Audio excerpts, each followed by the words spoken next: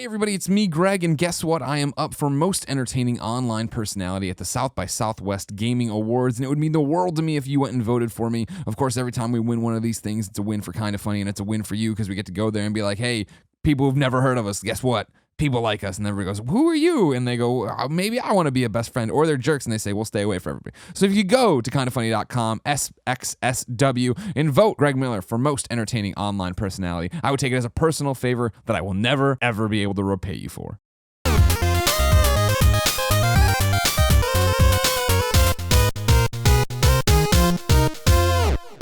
Topic 2 of the day, video game music. What are your favorite video game soundtracks? This is open to everybody, but I have a feeling that you're going to have some good answers here.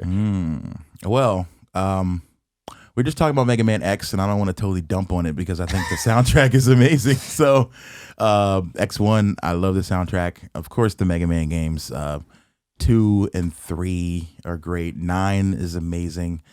Castlevania is great, too. Current stuff, I was really enjoying the... Shovel Knight, of course.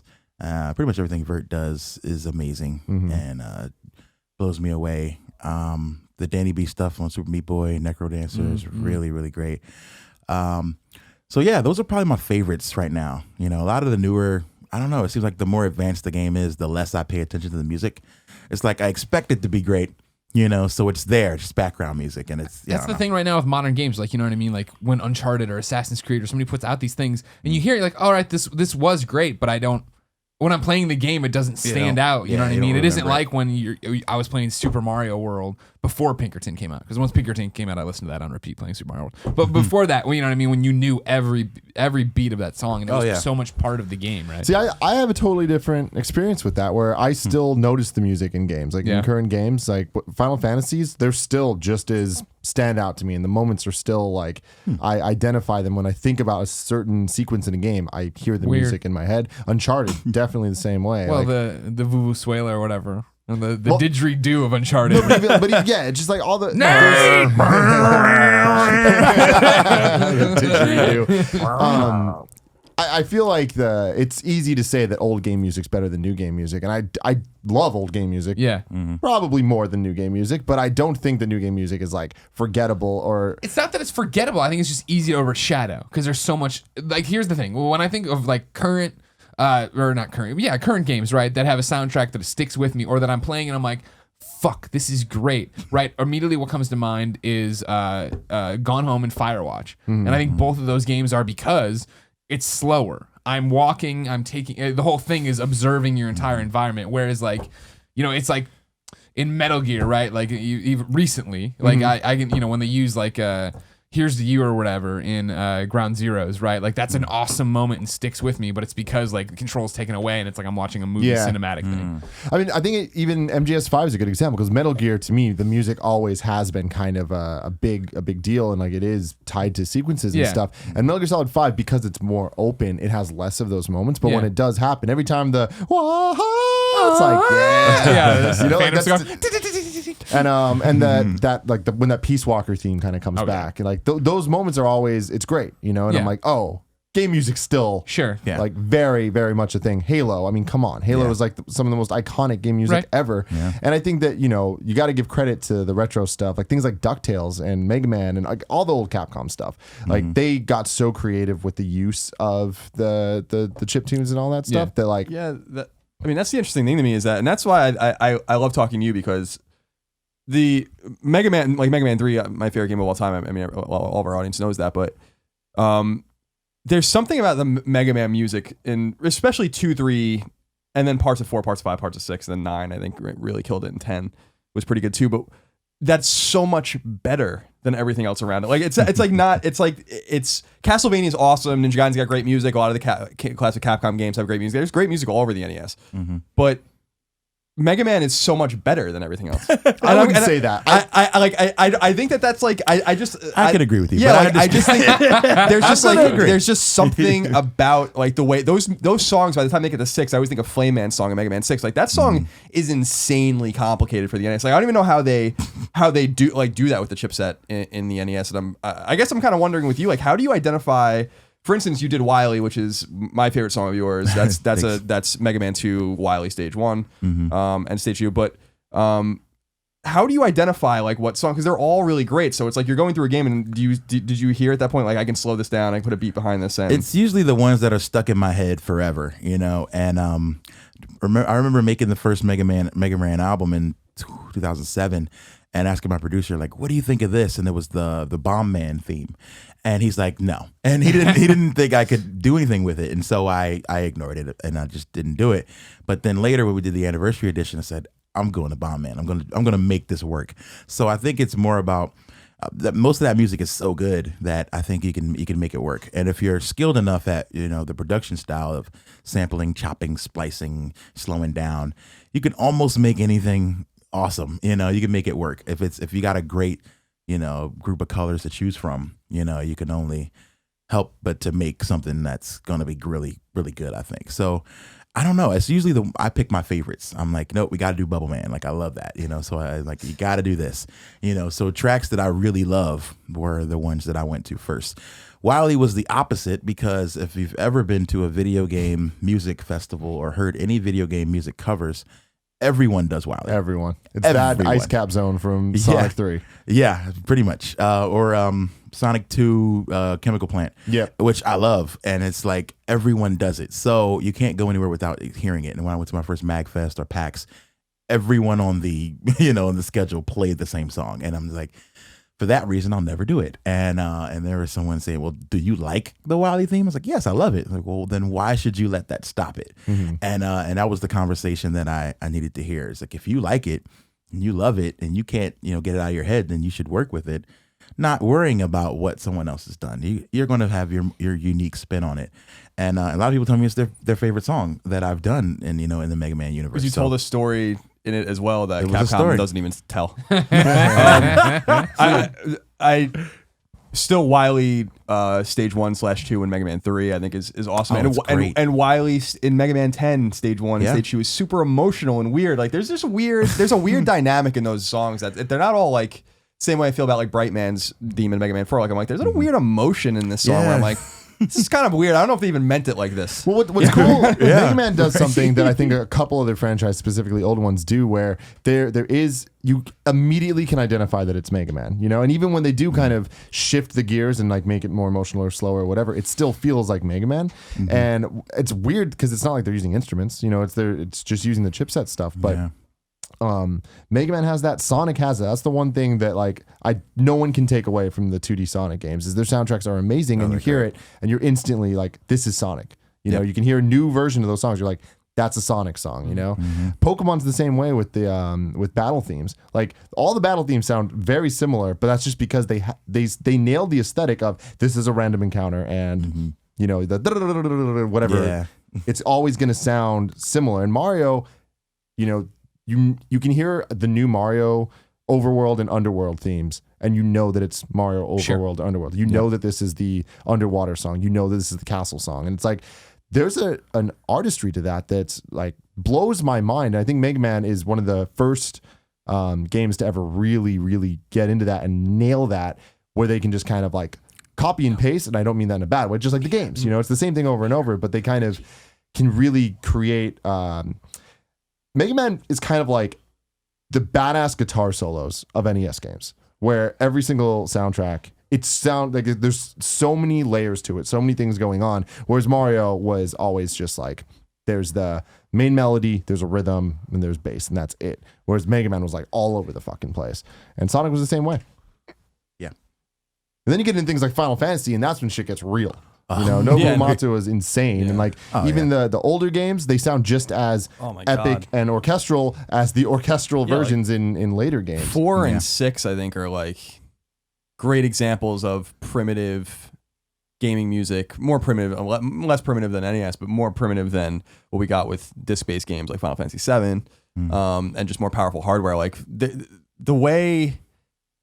In Final Fantasy 4, when the Red Wings are flying in the beginning or whatever, and it's like ding, ding, ding, ding, ding, it's iconic. Like, and like you don't need it to sound any better than it sounded there. Yeah. So like when they remix them and they play them orchestrally and they do them live and stuff like that, I'm like, that's great. But like actually, the original version is actually probably better than this. You know? I don't agree. I think that the composition is so good that whether it is this primitive version or it's a full fucking 60-piece orchestra, I think that the sound's still there, and like I don't think that it's better. I just think that it's testament to the quality of the composition of how good it is. Sure, but I also think that like in my mind it fits the aesthetic. Like when they remade Final Fantasy IV for DS, I was like, it's I played it and I liked it because I liked it was like way harder than the original one. It was as hard as it was supposed to be. But like that chibi style and stuff like that, I was like, this kind of sucks. Like this doesn't fit the way, you know, Porum and Palom committing suicide to save the rest of the party in the game, or so you think, with their sprites or whatever, is like way more resonant with the chiptune and the 16-bit sprite than it was with these chibi, weird-looking, shitty DS graphics. You know what I mean? Yeah. And like, even though the music was of a higher quality, like I felt like it lost but its even the DS resonance. quality is not what we're talking about. You know, No. like I'm talking like when you get to like PS3, PS4 quality stuff, like that's when it's really like on another level. Like Final Fantasy 15 is gonna be fucking awesome because like the music for 13 even had it where the music was at that level where there wasn't orchestral versions, it was orchestral music, you know. Final Fantasy 10 kind of did it, but then it was still this like weird MIDI awkward. Like Final Fantasy 7 through 10 was the awkward stage of this isn't actual orchestra music. It's like electric synthesizers, yeah.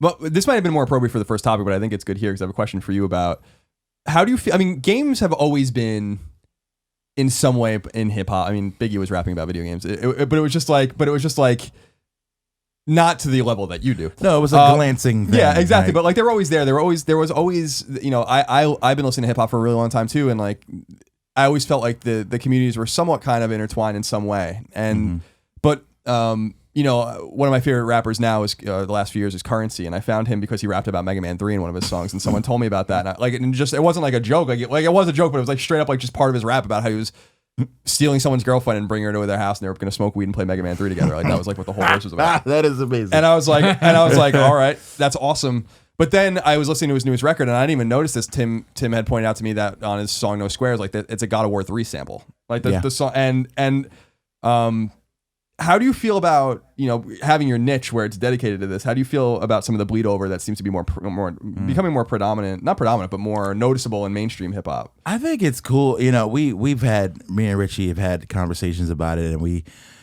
in the beginning would get a little angry, like, oh, they're coming in on our stuff, they're moving in, you know. And I remember there was a big Wiz Khalifa thing where he sampled Chrono Trigger, and like it was a huge thing, and people were like, whoa, this is an amazing track, look at hip hop and video games working together. And we're like, wait, we've been doing this, you know, for a long time. And yeah, I think it's cool, you know, but it wasn't cool when I started, you know. And I feel like it was something that, you know, like you said, there've always been that occasional glancing side mention, like, hey, I shoot you like Mega Man or something, some weird metaphorical use. But I think that just taking it to the next level has been helpful. But at the same time, I don't know, it's kind of gotten me stuck into a place where people expect that from me all the time, which is fine, I guess. It's good to be known for something than nothing. But at the same time, I look at the bigger guys that do it. I think it's awesome. I think it's great when, you know, Logic released an album that was hosted by Steve Bloom, you know, where he's got the voice of Spike Spiegel on his record, you know, on a major hip hop release. And I thought that was awesome. So things like that, I think slowly you'll see a little more and more crossover of it.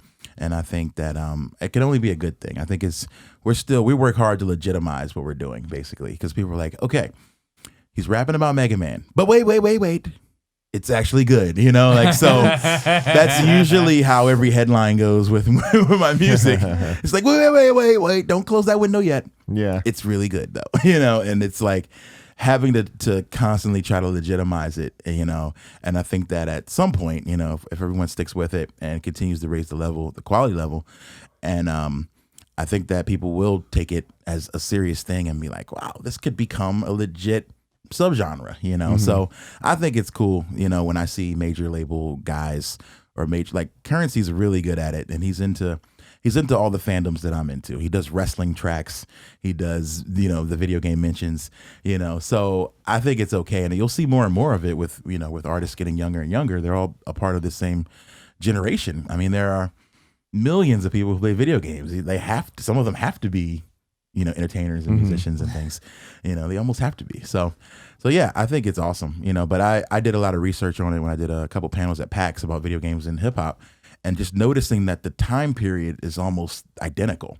Late 70s, first video game, late 70s, first hip hop, both dismissed as fads, as things that are going to just go away really soon, both multi-million or billion-dollar industries at this point. So I think that, with them both happening at the same time, it's only right, only makes sense that they'll cross over a little bit here and there, Yeah. I just dive all the way in, there's no reason to let the world catch up to you, Mega Ran. Yeah, there's no reason to just tip your foot in there when if it was a big part of your upbringing, we all played Tecmo Bowl or Zelda or Metroid or things like that. So and I'm glad that, like I said with the Final Fantasy stuff, I didn't think that everyone felt as special about this as I did, but it's a cool thing that they did. Yeah, I think there's a cool, reverse thing that happens too, where, yeah, we all played Tecmo Bowl, we all played Zelda, so when you hear these things, it resonates with us. But for me, like, there's been times where I've heard samples from songs that I know are from video games. I'm like, I don't know what this is, but then I fall in love with the music, and I'm like, I want to go back and play it.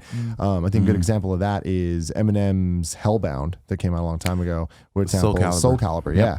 And I didn't know what that was from, but I was like, this beat sounds epic. Great. This is awesome. Like, I know this is a video game because they're saying round one, they're doing all that stuff. And I remember looking into it, and that's why I played Soul Calibur. I'm like, I fucking love this. And then the same thing, like, I never played the Mega Man games till I heard Grow Up. I'm like, this song is awesome. I need to go back and get on this stuff. And then I started playing them.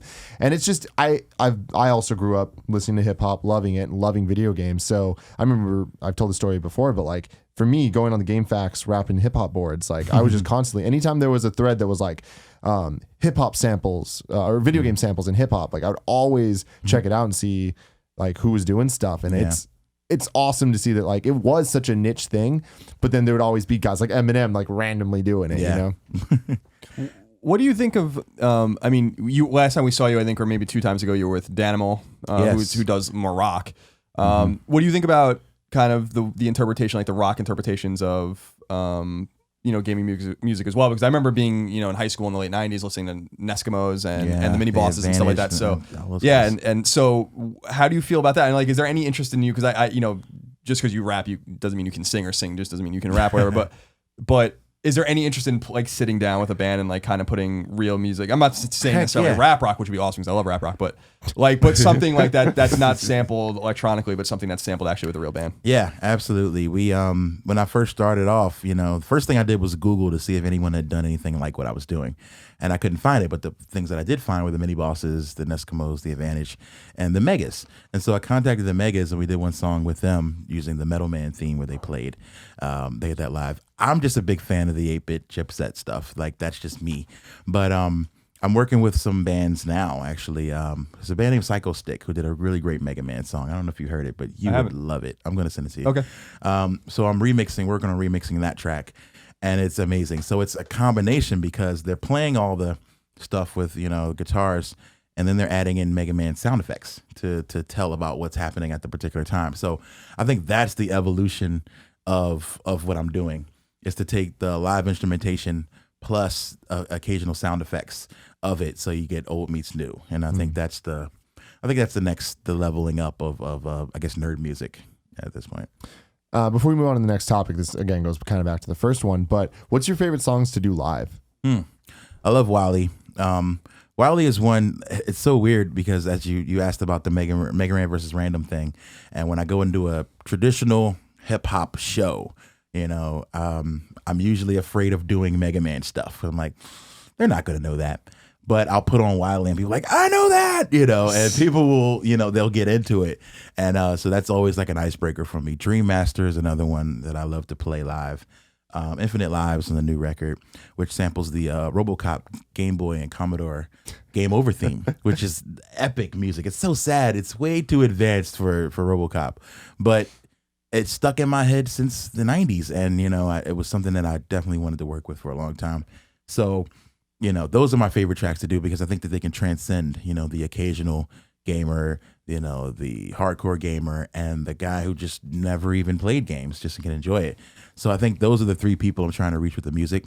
So I think it's the combination of lyrics, musicianship, and performance that can bring those people together. And I think those three songs are the ones where I feel like I kind of nailed it. There are others, but those are my favorites. That's awesome.